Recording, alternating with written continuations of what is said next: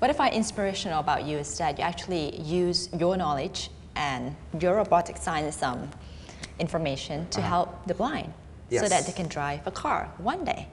So the important thing is I also always talk to my students that it is important for engineers. It applies to everybody, but for engineering students, I tell them it's important to really think about the impact of your work will have on society. So I tell them you have to be sensitive and be generous. The Blind Drive Challenge is a good example. We develop these technologies. We want to let the benefit the society, increase the quality of life for the blind, being generous and sensitive. So that's what we try to do. We try to teach our students. So apart from being a scientist, you are also a gourmet chef and a magician as well. How does those two come about? Yes. I don't know.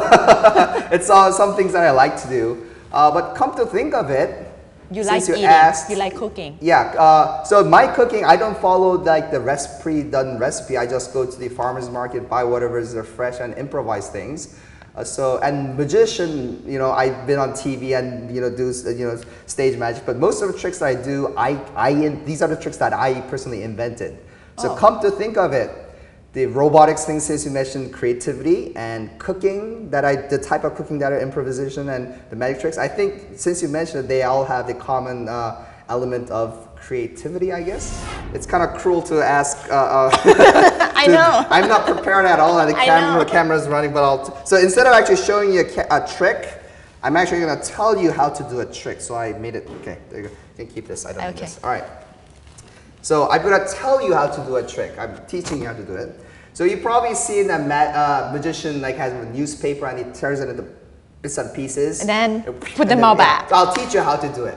Now, obviously, it's impossible to do that. The physics doesn't work. So we magicians, we have to cheat, or it's illusion. So we start with 2 pieces of newspaper or a Kleenex, okay? So what I do is, I'll show you first. So what you need to do is make it a ball, and you hide it in your hand. You call this palming, okay? So you start like this. But don't go like this, just naturally hold it like this, and you start like this, okay? And now the magic trick begins like, oh, I have a piece of newspaper or tissue, right? And then I tear it into bits and pieces like this, okay? And then roll it into a ball, okay? Of course, while doing this, the people shouldn't see this. If they see this, it ruins the trick, right? Of course. So you hold like this. So this is the torn piece of paper, and this is the whole paper, but you hold it like this.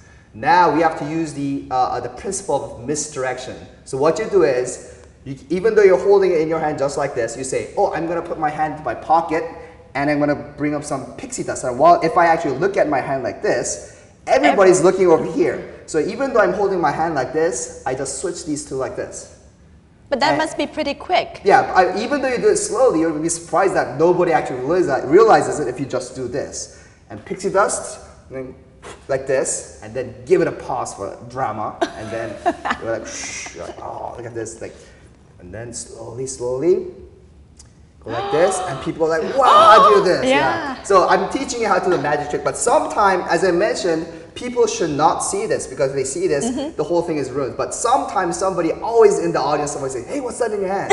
So if you get caught, what you do is you say, oh, this one, and just do the same thing, pixie dust, and just do, if you get caught, do the same procedure, and you just make it a hole like this again, if you get caught. So that's how you do it. Oh, wow. How did you do that? Yeah. Magic. Well, you're making me look at your pocket, right? Yes. Yeah, that's how you do it. So is this science? Yes, it's a psychology. So the interesting thing is, when you create a magic trick, the trick itself is so simple. It's something really, really simple. But so when you develop the trick, you're not really developing the trick itself. You're designing the storyline, the theme. Okay. So for example, if I draw a graph, this is time, and this is the reality or expectations. The reality and what you think is true are the same. But if I make a slight twist, very small trick, and I have a twist, then the reality and what you think start to diverge, but you don't know.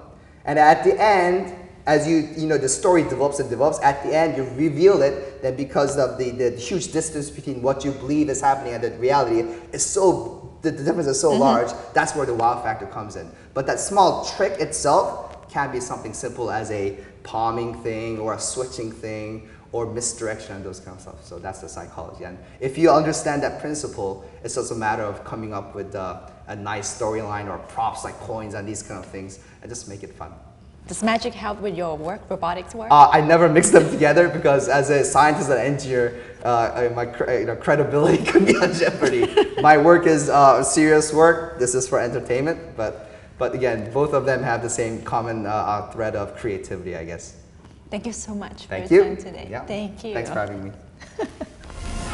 สำหรับณขณะนี้นะคะรถยนต์เพื่อผู้พิการทางสายตาคงยังไม่สามารถที่จะออกมาขับขี่ตามท้องถนนได้อย่างจริงจังสักเท่าไหร่นะคะคงต้องใช้เวลาในการพัฒนาเทคโนโลยีอีกสักระยะหนึ่งรวมทั้งจะต้องได้รับการยอมรับจากสังคมด้วยแต่ที่สำคัญก็คือว่าเทคโนโลยีต่างๆนะคะหรือว่านวัตกรรมที่ดร. เดนิส ฮงกับทีมงานคิดค้นออกมาสามารถนำไปประยุกต์ใช้เพื่อที่จะให้ชีวิตของผู้พิการทางสายตานั้นมีความสะดวกสบายมากยิ่งขึ้นนะคะและที่สำคัญเลยก็คือว่าการที่ดร. เดนิส ฮงกับทีมงานนั้นคิดค้นรถยนต์แบบนี้ขึ้นมาทำให้ผู้พิการทางสายตามีความหวังขึ้นมานะคะแล้วก็เป็นการจุดประกายความฝันให้กับพวกเขาค่ะว่าสิ่งหนึ่งที่คนอื่นอาจจะคิดว่าเป็นเรื่องธรรมดาก็คือการขับรถสำหรับพวกเขามันเป็นเหมือนความฝันแต่ว่ามาถึงวันนี้อาจจะเป็นจริงขึ้นมาได้มากยิ่งขึ้นนะคะเพราะฉะนั้นก็ต้องชื่นชมคนอย่างดร. เดนิส ฮงแหละค่ะว่านอกเหนือจากจะเก่งเรื่องของวิชาการแล้ว